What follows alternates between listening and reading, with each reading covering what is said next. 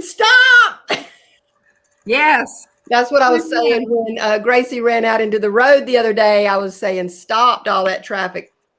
But we want you right here to stop, and we're calling our tribe. We want you to hang out with us for a minute, and we just really are praying for unity for believers. We know that those who do not believe and those who do believe are not unified and never will be unified, but those of us believers need to be unified. Amen, sister. Preach it. All right. So we're not going to get heavy on y'all today, though, because I'm going to just tell you, yesterday I had a good day and I came home and the whole weight of the world hit me like a wave. And it just makes me sick. So I'm going to just tell you, the weight of the world will make you sick.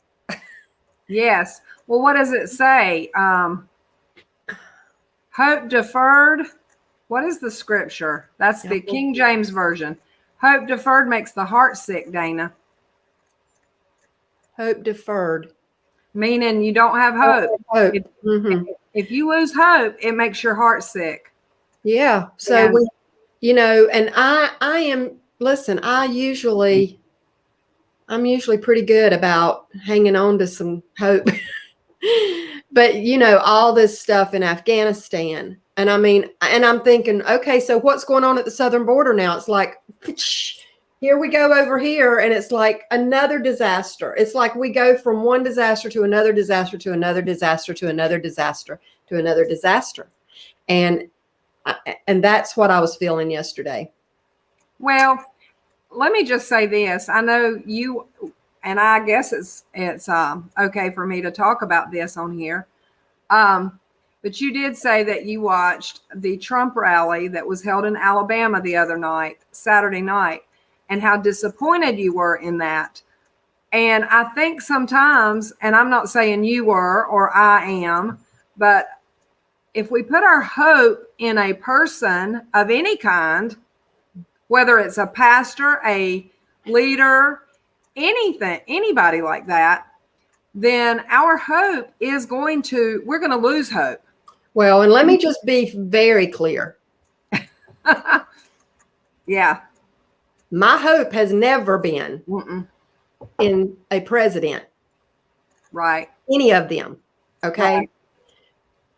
The way I vote is how I am led to vote based on certain issues and how that president will respond to those issues.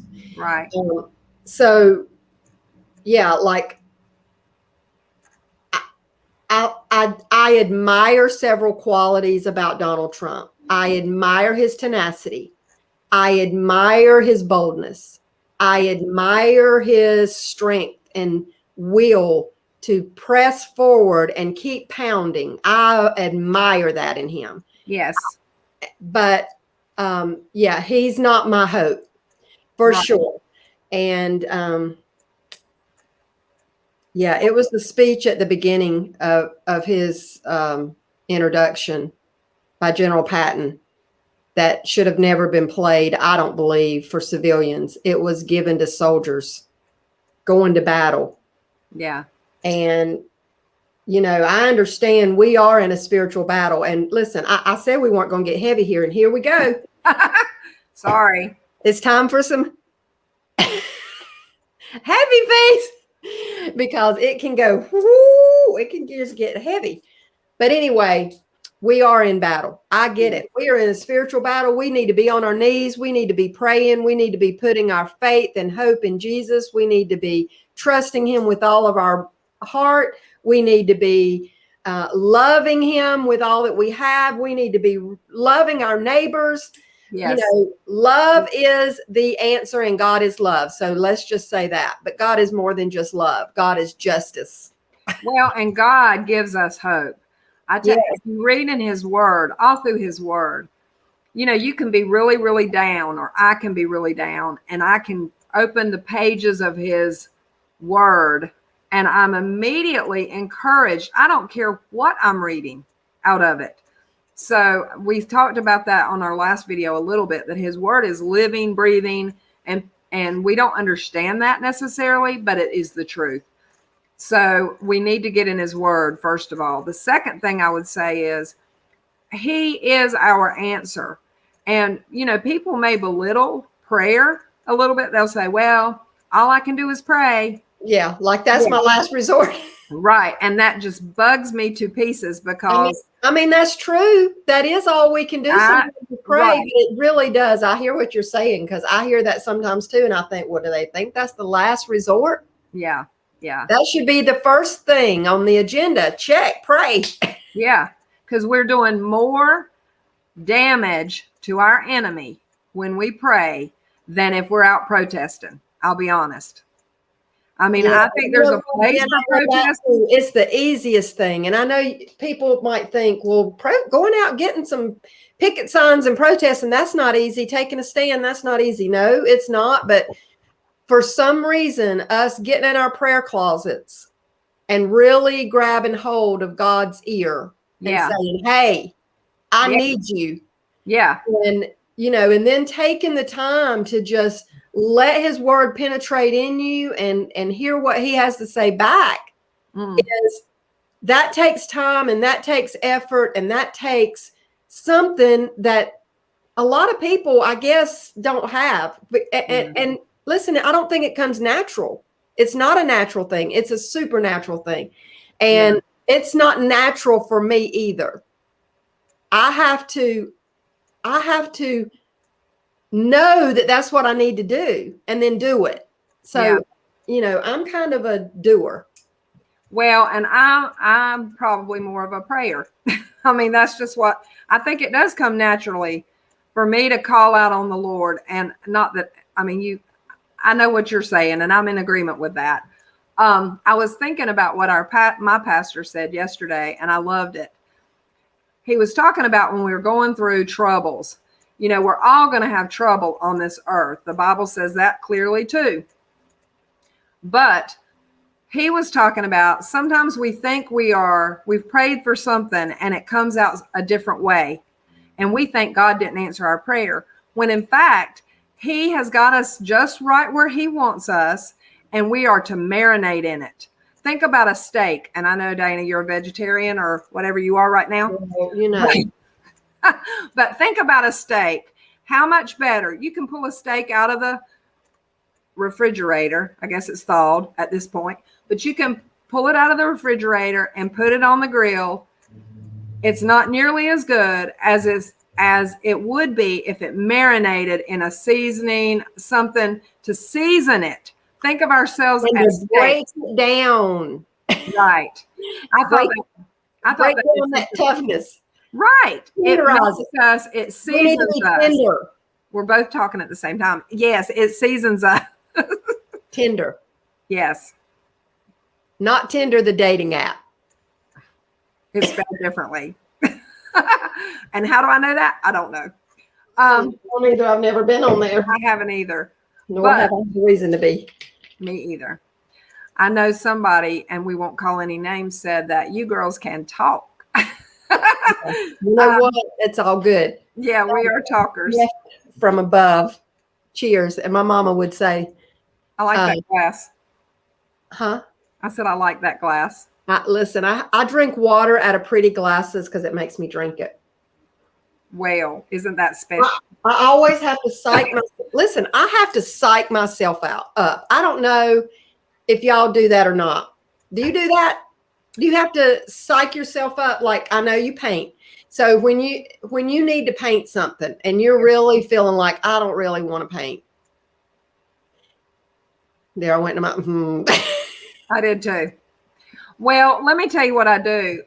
Listen, if I want inspiration to paint, I go online and I start Googling images. Like for right now, I'm trying to do winter paintings.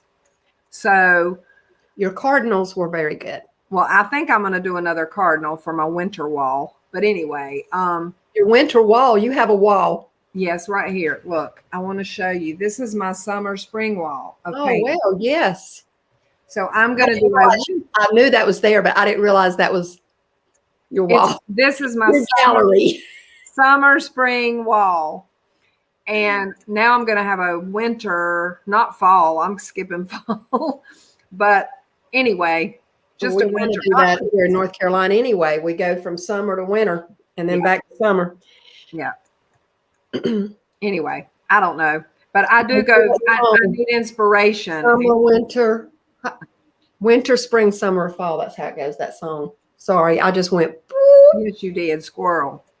We're going to call it squirrel.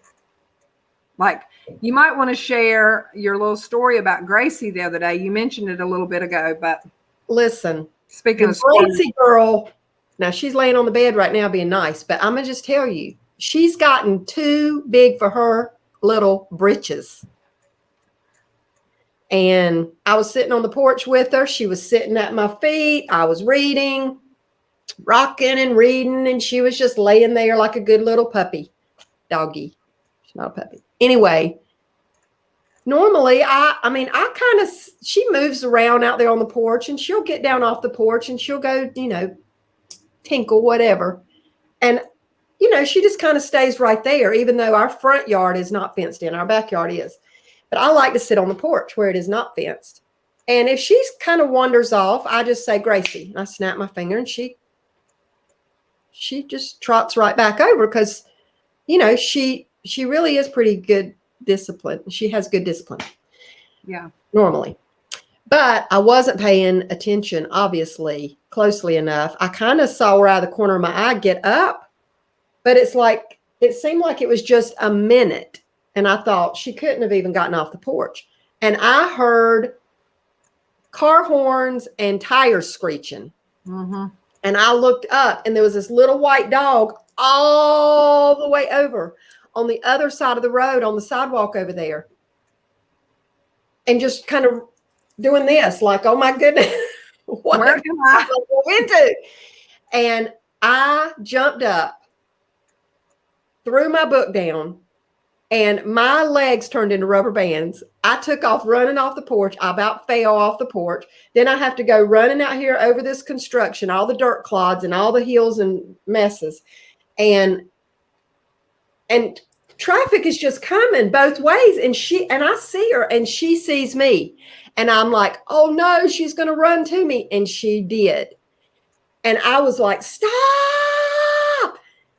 And I wasn't in the road. I was still on my side of the road, but I knew she was running to me, and she did. And when she did, a Jeep slammed on brakes, skidded all over the road, within a foot of hitting her.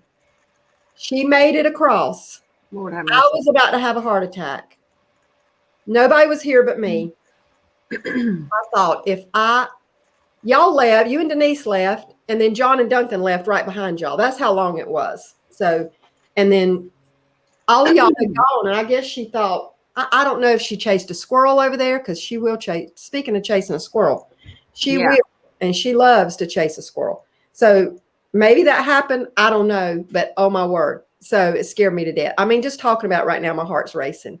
I don't know what I would do. I love that little dog, and I wanted to beat her to death, but of course I didn't. And John said, did you give her a whooping? I'm like, no. What? She wouldn't have understood that anyway. And what good would that have done? I just have to. So anyway, of course, everybody saying, do not let her outside without a leash on. I ain't all about freedom. Listen, freedom and flexibility. Those are my words. I can't put her on a leash. She's just going to have to learn. But I got to be more in tune. I can't be reading a book while she's out there. So anyway, there you go. Here's my story. Well, the reason I said that is because we were talking about a squirrel, and I immediately thought of her little story and how grateful for the grace of God that she did not get killed.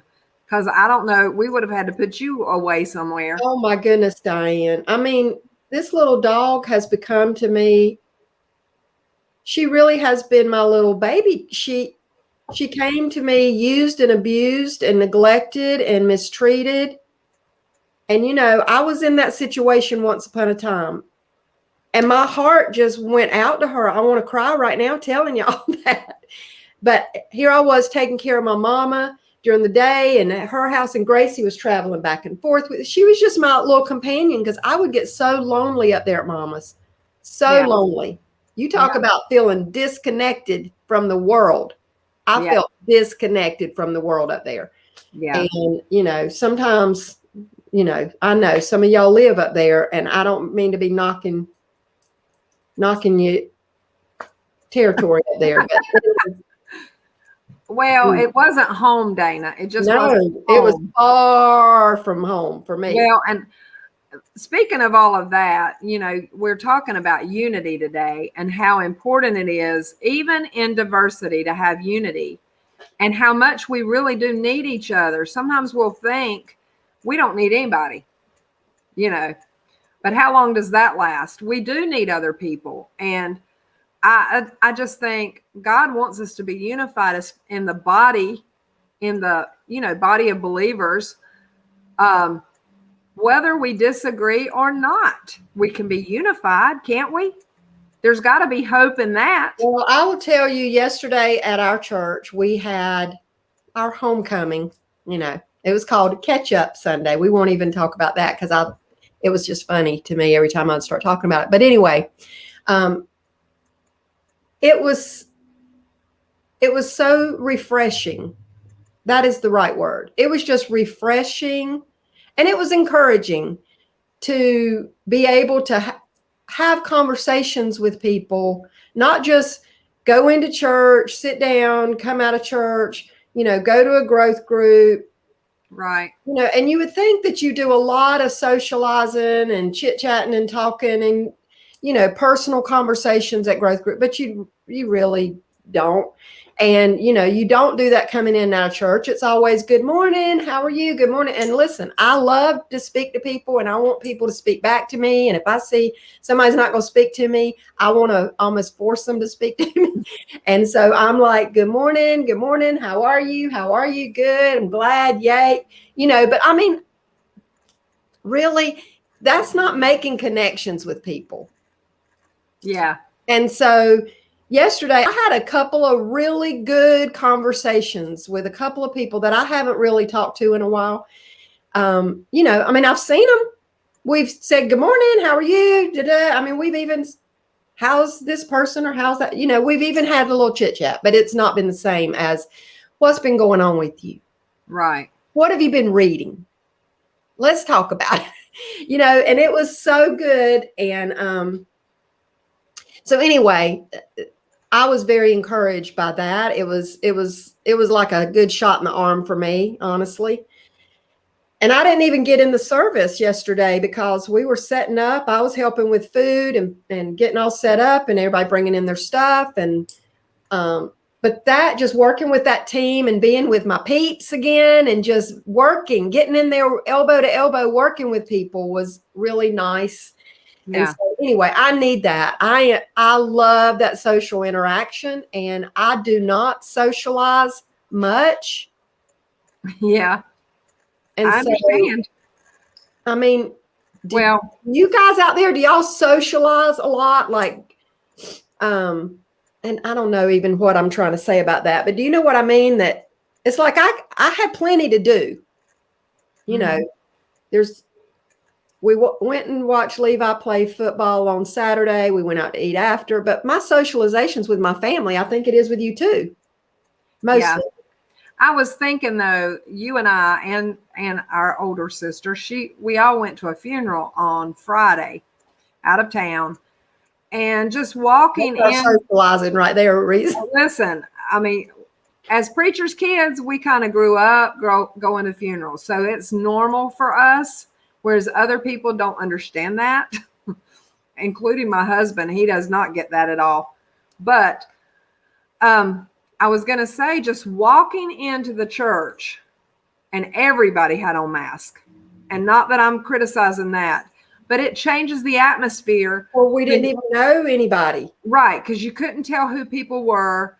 And everybody feels like once they have that mask on, I know for me, and I made a joke about it this morning on Facebook about I cannot hear with a mask on, which doesn't make a lot of sense, but it's the truth. I didn't realize how much I read lips, I guess.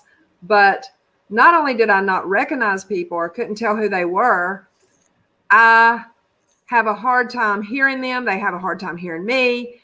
It just is such a barrier between me and the other person that you just tend to kind of stick to yourself.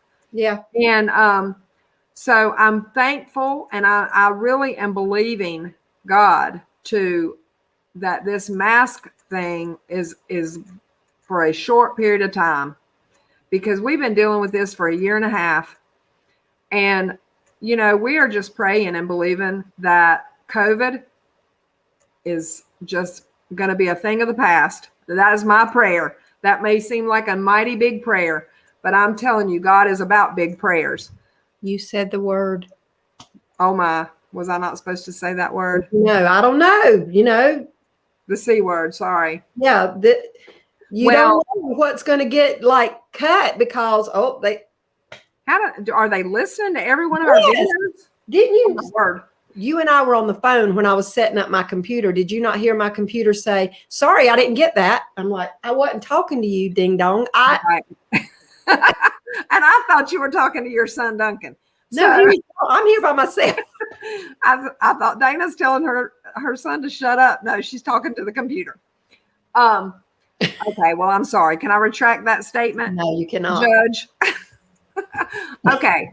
Well, I'm just saying, since we have had these mandates or had this thing going on in our world, not just our country, but our whole world, it has made us all very disconnected. And God calls us to be unified. And it's hard to be unified when you're restricted like that.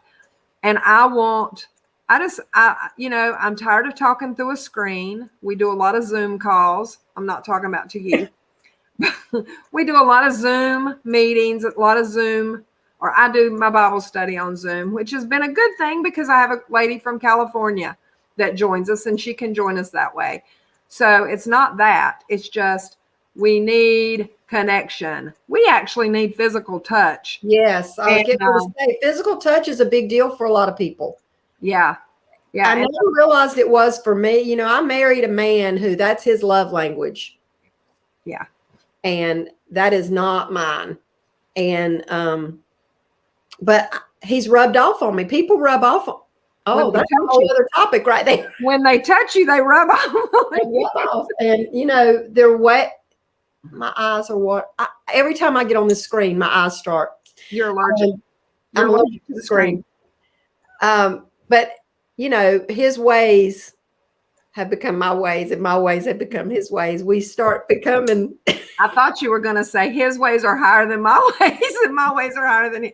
Well, you know, that's debatable either way. But I remember when we got married. You know, Gary married us, and we were in the Presbyterian church downtown Concord, and I had to walk down that long, windy staircase, and I was bawling. Do you remember? And we get down there to the front, and Gary, and I'm sobbing, and I don't understand why I'm sobbing, except for right before we walk down the stairs, Angel and Amber saying, "Mama, please don't do this. Please don't." They were little. And I'm like, oh, my whole world's getting ready to change. Then we get down there, and Gary says, and your God will be his God will be your God. His family will be your family, you know, from Ruth. Right. And I'm like, you know, and I love his family and I love his God, you know, but I'm like, oh, yeah, we're good. Yeah. I mean, like, yes. Oh, you know, and I have such this sense of independence, and so does he. And it has been, you know, marriages. We could go on a whole other topic right there, and we could do some marriage talks. That might be our next one, Dana. Marriage. Stay tuned. Marriage seminar. Yes, absolutely. Because Dana and I we are both in our second marriages, and not that we condone divorce and at neither all. One of it wasn't by choice. No. But it is what it is. And so you deal with what you are dealt. But anyway, I don't know where we were going with that, Dana, except that we are, we need to be touchy. That's what right. And I didn't realize, like you said, that is not one of your love languages. I don't think it's my love language to be touched necessarily, but I do find myself touching. Like I want me to too. That's what I mean. I have started being more of and not just recently. I mean, this has happened years ago. You know how some people you see and you just immediately want to hug them, and some people you see and you immediately know. Yeah, it's like a wall comes up. Yes, but those people, I really need a tissue. Why don't I have a Kleenex right here? I don't know, Dana. Can I hand you one? Yes, please. I don't have one right here either. Hand me. It's right outside that door. There's a box of Kleenex, but anyway, it's all good. But yeah, I mean, people, you just see it. I don't even know how to describe that. Do you? It's just you see it in their face. And that's another thing about masks. You don't see people's facial expressions. So you can't see their demeanor. You can't see. And there's so much communication that happens without even opening our mouths. You need to share a little bit of that. We watched or we read an article, I think. I'm not even sure where I saw it, but I saw it this morning.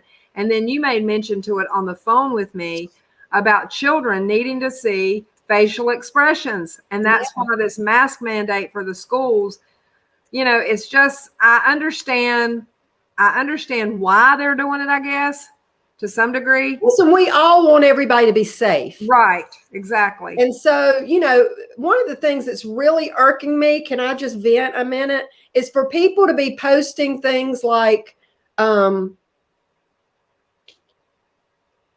not supporting this mandate is like going in and shooting up a school. Yeah, that's crazy. That's just craziness. Stop it. That is craziness. But, and I know somebody that we know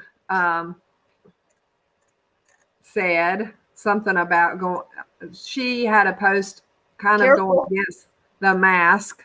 Can I say that word? I don't think so. Here we go. Yeah, here's the sign. Anyway. Yeah, there. Anyway, she said something going against that, and somebody on her Facebook that lives across the country, mind you, said, "You are doing damage to my toddler." Well, people that have such vicious, I don't even know what's the word. And then from the other point of view, let's go from the other point of view. People are being very offended by hearing things like my brain went dead. Holocaust. Comparing things that are happening within our government to that. Right. I can see both ways of that too, on both sides. It's like, can't we all just try to see both sides? And I think that's really what brings unity, is you don't have to agree. Yeah. But can you just have a little bit of insight as to what others might be feeling, or I don't know. I guess it's easier said than done, because we all kind of get our guards up or get our feathers ruffled or get ready to, we want to stand up for, but it's like, just everybody here. And that's what's so disturbing about all this censorship. It's like you can only hear one side, and that makes me crazy. And it's not even a side, but you can only hear one set of facts. Right. And you can't hear another set of facts. Yeah. But there's a whole other set of facts. And it's like, I get it. I hear this set of facts, but let's hear this set of facts, and then let's all make our decision. So anyway. Well, and when you're only hearing one set of facts, Dana, it makes us that are being censored, or our viewpoints being censored, it makes us feel very controlled. And nobody wants to be controlled like that. So, or shut down like that. So it creates anger. Let me tell you, when we talk about our tribe does not like control. No, we've all said in our family, just in our family, none of us like to be told what to do. And listen, that sounds very rebellious, and rebellious sounds very ungodly. But look, I am not like that when it comes to God, the Holy Spirit, Jesus' word. I mean, I want to be in full submission to that. But it's like you and Denise and I have always talked about, we are leaders, right? Yeah. We have leadership qualities. We can get in charge. And if we're going to be put under the leadership of someone, they have to really be able to lead. They have to really be a strong leader. They have to really, well, we respect and we can fall up under that submission to. Yeah. And, that's the whole thing with this. It's like, I can't fall under submission to this crap. Because it's, you need to respect the people that you're following in order to follow well. Yeah. And, respect is earned. Even I understand, like a role, like the President of the United States, that title should bring about some respect. And we understand, I do respect that title. I respect that office. Right. But in order to have respect for a person, we watch them. You're watching and you're learning and you're seeing things that don't match up with. Well, and it just goes back to exactly what you said. We were taught that all of our life. It's like, you don't have to respect him or like him or agree with him or her, but the office. Yeah. You respect that position of pastor. You respect that position of president. You respect that position of governor, whatever it is. Yeah. But I think somewhere along the way, America quit having even respect for the position. Right. It's like, get over yourself. Look, we could sit here right now and we could really bash some people in government. Okay. But we're not, because we are respectful of those positions. And, I don't put that kind of stuff out there. Those are my opinions. I keep to myself and my private, right. But. And listen, I want to be able to say, I respect everybody's opinion.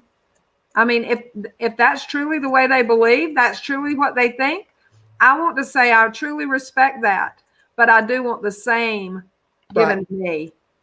And so that's where unity begins. When you respect, I know, I've been a leader of several women's groups in the past years. And we didn't always agree on things. Right. But you learn those boundaries. You learn those things that you don't want to say something just because you feel it so strongly. You don't want to say it just when they right. Or just, yeah. Right. I think we were going to do our little conversation today about being right. Yeah, being right. Or doing the right thing. Yeah. Sometimes, a lot of times Jesus could say or do something and he would have been absolutely right. But he restrained. Yeah. There's a time to speak up and there's a time to sit back. Listen, one of the best little books, and I got this years and years ago. I couldn't even tell you, it's in the other room in the book on the bookshelf, but it is The Leadership Qualities of Jesus, or The Leadership of Jesus, or something. Anyway, it's written for people in leadership, and that was one of the things in there, is that, and it was a whole chapter about that sometimes you just need to do the right thing and not worry so much about being right. Right. Right, girl, right. Right. We never said right. Do we move right south of Charlotte? Nice rice. I don't know. That was we learned when we came to Gastonia we moved here when I was 9. Dana was 11, and right before, I guess we had just turned 9 and 11. But anyway,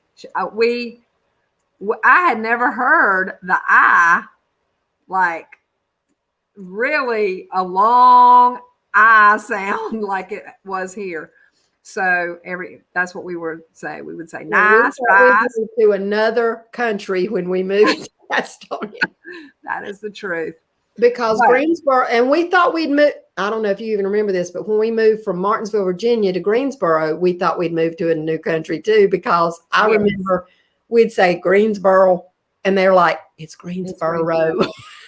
Well, I was only 4 when we moved there, so I don't really remember that transition so much, but I definitely remember the one from Greensboro to Gastonia. So, and see, I say it Gastonia, but true Gastonia. It's Gastonia. No, Gastonia. Gastonia. Yeah, Gastonia. But like anyway. Good on you. All right. Good on you, Gastonia. Listen, I think we have digressed a little bit.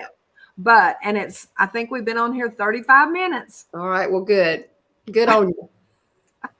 So I know people don't like long, drawn out things, and we just want to lighten up your day a little bit, give you a little bit of information, maybe. A little bit of food for thought. Yeah. And just open up some conversations, open up a new, just to release some tension. Yeah. And know that you're not alone. You know, we're your tribe. We're here. And we'd love for you to connect with us if you would like. But we love that, just the fact that you're here with us. So anyway, on that lighter note, good on you. We're going to say good on you. See you next time. Peace.